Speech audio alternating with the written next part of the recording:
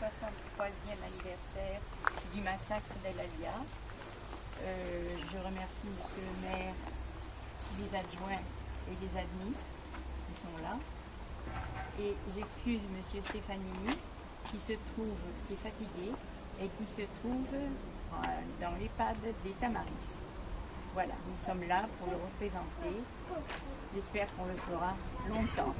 Je remercie M. Baldino qui nous fera un petit discours tout à l'heure. Il terminera. Nous allons procéder au dépôt de gerbe qui se fera M. le maire, le dépôt de gerbe de la mairie. Qui est-ce qui dépose la gerbe? Allez, on va le déposer avec mes collègues. Allez.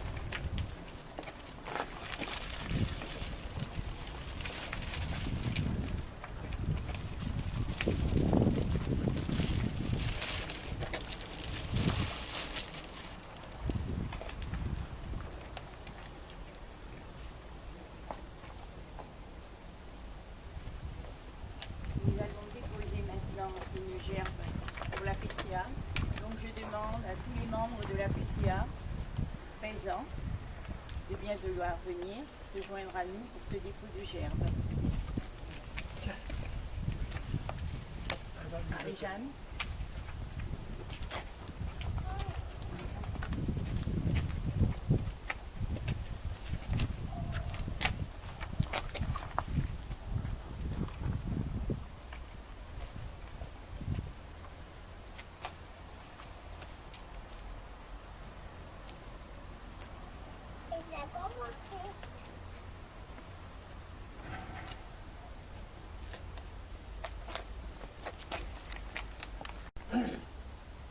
Ce 20 août 55 était un jour de vacances. Comme tous les mois d'août, bien entendu, chez nous, c'est des vacances pendant 3 mois à la plage. Où tous les jeunes profitaient des plaisirs de la plage de 9h à 12h. C'était programmé, les parents le savaient et nous attendaient le midi pour déjeuner. Nous avions environ 20 ans, le plus souvent étudiants, à Philippeville pour les plus jeunes, Alger, Bordeaux, Toulouse, Paris pour les autres, que les plus vernis, mais tous intimement unis entre Européens et autochtones. Même arrangé pour donner les noms français, nos petits copains arabes, ils s'appelaient Momo, Alexandre et compagnie. Après, on disait plus. Nous avions projeté de réussir dans la vie, de fonder une famille et de revenir au pays dans 20 ans avec femme et enfants, promis jurés. Mais ce matin-là devait bousculer tous nos plans. Nous nous apercevrons beaucoup plus tard, dispersés que nous fûmes aux 4 coins de la planète.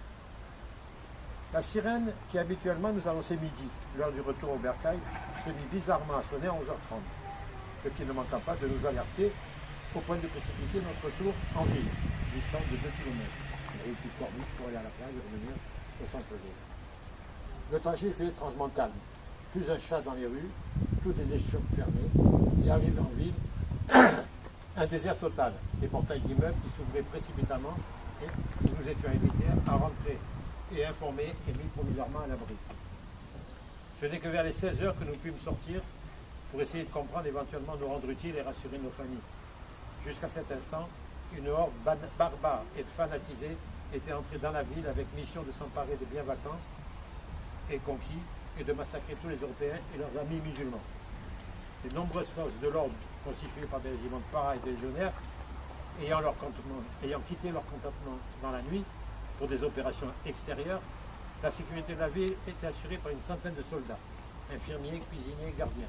Quelques gendarmes assiégés dans leurs casernes et heureusement de nombreux chasseurs de la ville qui avaient sorti leurs vieux fusils et leurs chevretis. Tout ça pendant une bonne partie de la journée.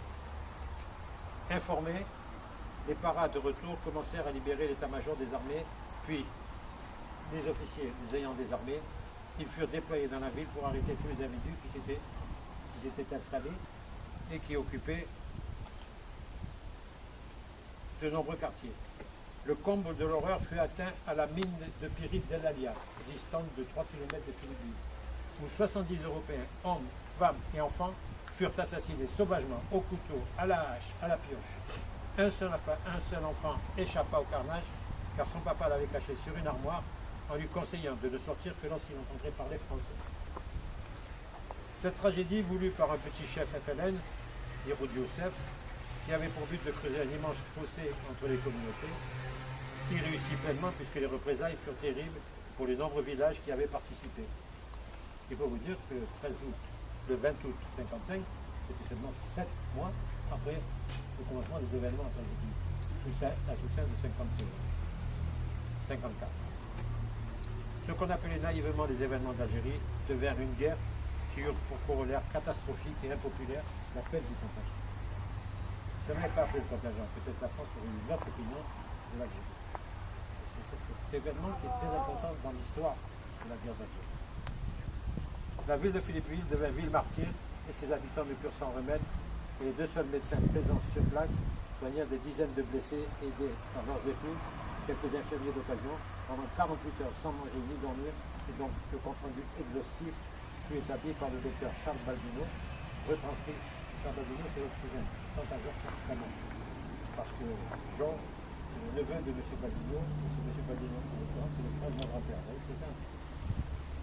Et donc, les deux médecins qui ont opéré sont le docteur Vincent et le docteur Baldino. Vous avez tout ce compte-rendu dans ce site de la MAC, vous tapez sur Internet, El Alia, Philippe, etc. Vous avez tout, même le nombre de tués.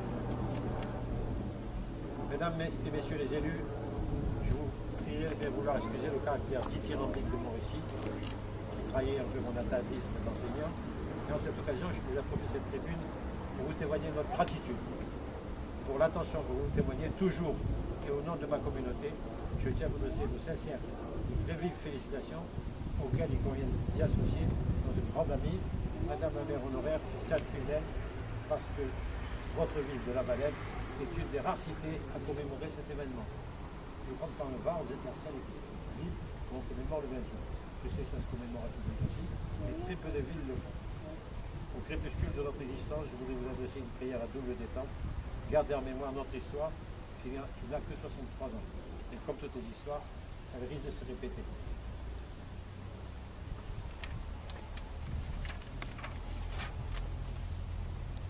L'absence de notre président Georges Stefanini nous interpelle particulièrement et pose le problème de la pérennité de nos manifestations de souvenirs, dont le but essentiel est de faire savoir qui nous sommes, d'où nous venons et quelle est notre histoire profonde. La présence de ce cénotaphe, c'est bien cénotaphe parce qu'il n'y a pas de corps, érigé par la commune de La Valette, est un héritage qui retrace une partie de l'histoire coloniale de la France, réalisée par tous ces enfants, dont bon nombre sont morts pour sa grandeur. Et bon nombre, si on réfléchit bien, aujourd'hui, nous rappelons qu'il y a 73 ans, 74 ans, l'armée d'Afrique débarquait. Et je me rappelle que Mme Amel Humed partait toujours au Revest pour commémorer la libération de Revest. Moi, le lendemain, le 21, on commémorait à Hier. Le jour suivant, on commémorait à La Longue, à Chien, etc. Donc, l'histoire se retrouve. Votre histoire et notre histoire sont concomitantes. Dans 20 ans, 50 ans, 100 ans, nous ne serons plus là. Rappelez les souvenirs et l'hommage auquel les héros ont droit.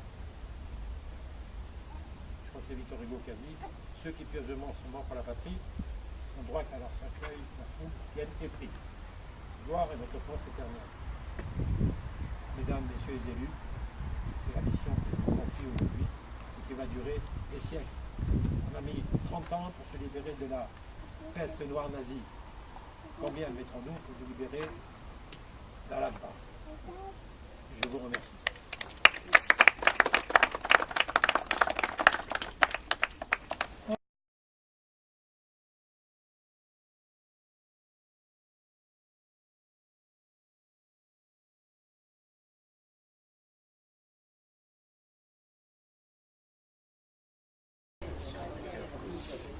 Donnez-nous aujourd'hui notre pain de ce jour.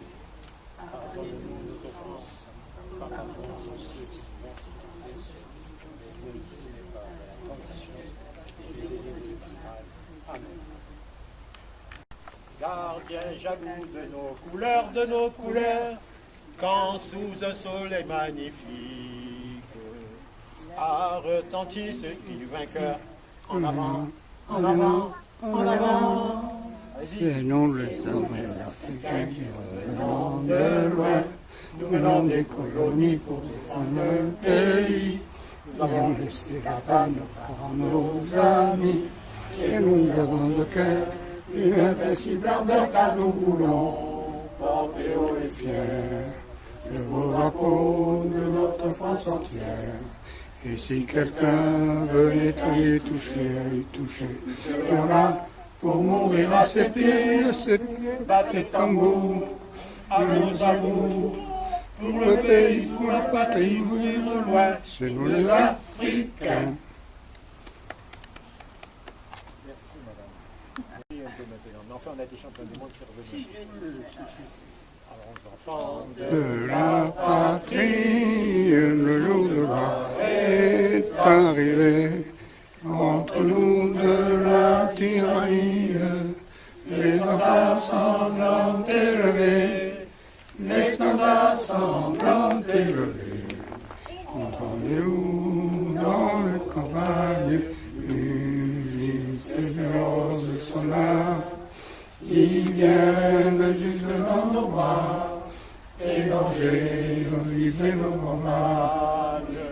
Aux armes, citoyens, formez nos bataillons, marchons, d'un sang imbu, à bord de nos sillons.